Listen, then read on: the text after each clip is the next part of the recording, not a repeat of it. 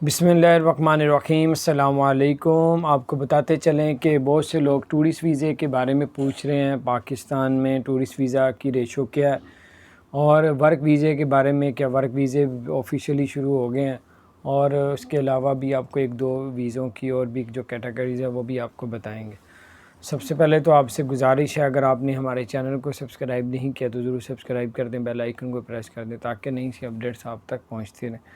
जिन लोगों की उम्र जो है 30 साल से ऊपर है उनके वीज़े तो तकरीबन लग के ही आ रहे हैं, जो दो लोग दुबई का अप्लाई कर रहे हैं, और जो लोग 30 साल से नीचे हैं उनकी रेशो तकरीबन 80-70% है वीज़ा लगने की, और 30% ये भी है कि वीज़ा रिजेक्ट भी किया जा रहा है, लेट भी किया जा रहा है। ये दोनों ऐसे मामला चल रहे हैं।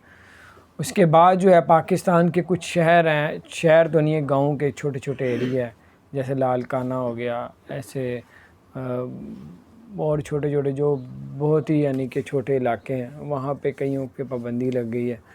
और पाकिस्तान के जो बड़े बड़े शहर हैं यानी लाहौर, कराची, इस्लामाबाद, पिंडी जो है, इसी तरह सिंध का पूरा एरिया, ये सब जो है इसमें नहीं आते वीज़े। जो लोग अप्लाई कर रहे हैं वीज़े लग रहे हैं।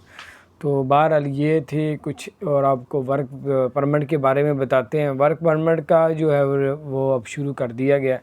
अब पाकिस्तानी भी अप्लाई कर रहे हैं और मिल भी रहे हैं वीज़े, लेकिन ये है कि जिस कंपनी के थ्रू अप्लाई कर रहे हैं, ज़ाहिर बात है वो कंपनी ओरिजिनल होनी चाहिए, फ़ेक नहीं होनी चाहिए, और ये ना आपके पैसों के साथ फ्रॉड कर लें।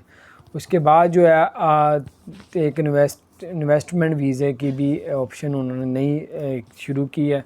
7.5 लाख अगर दिरहम आप शो करवाते हैं या इन्वेस्ट करते हैं दुबई में, तो आपको 3 साल का वीज़ा मिलेगा वहाँ का। तो इसी तरह गोल्डन वीज़ा भी है। तो ये थी कुछ अपडेट्स मैंने कहा आपसे शेयर करूँ, तो आपको थोड़ा सा अंदाज़ा हो जाएगा क्या मामला चल रहा है। अपना ख्याल रखें, चैनल को सब्सक्राइब नहीं किया, ज़रूर सब्सक्राइब